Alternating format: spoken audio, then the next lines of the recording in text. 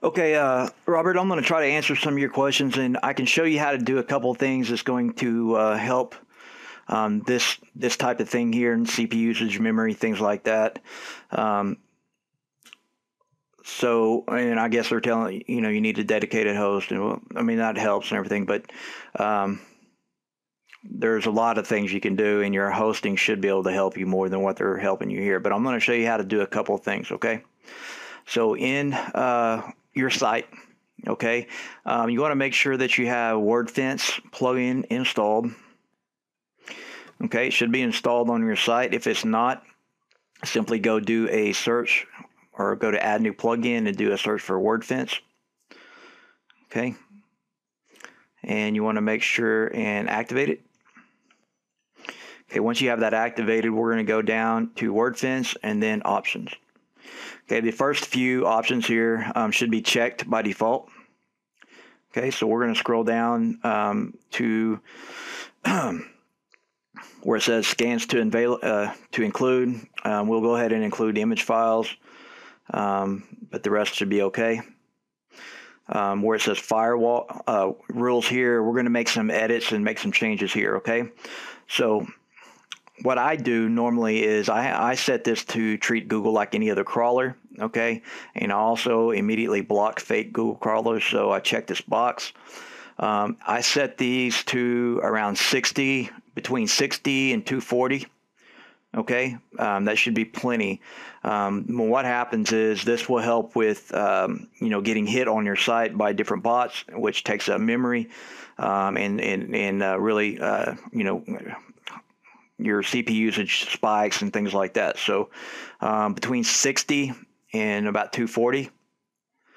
Okay, I put these on throttle. So if a certain bots or someone's, even a human goes more than 60 per minute, it will stop them and then for a little while and then let them back again. Now, where it says pages not found, I'm going to go ahead and block that. Okay, and we're talking about crawlers here. Okay. And so I have these all set at 60 per minute. Okay, if 404s for vulnerable URLs exceed, we're going to block that as well. And we're going to block them for maybe a couple hours. Okay, login security.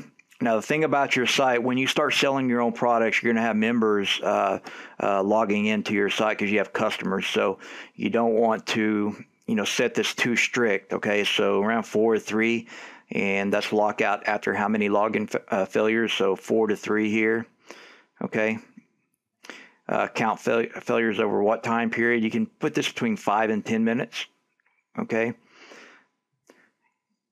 Now, where it says immediately lock out invalid usernames, if you are not selling your own products on your site, you can set this to check it. Okay. Otherwise, you don't want to check it because, like I said, you're going to have members and customers. Okay. And that will all of that will cut down on the CPU usage and memory and things like that. Okay. Once you have those set, just come down and click Save Changes. Okay, so we're going to go back to plugins. We're going to activate this security plugin. This plugin is called WP Security Scan. Okay, we're going to activate that, and we're going to go to Settings. Okay, you just want to make sure and check all of these except the RSS widget. You don't need that. So make sure that all of these others are checked and click Update Settings. Okay, we're going to go back to Plugins. We're going to go to Add New.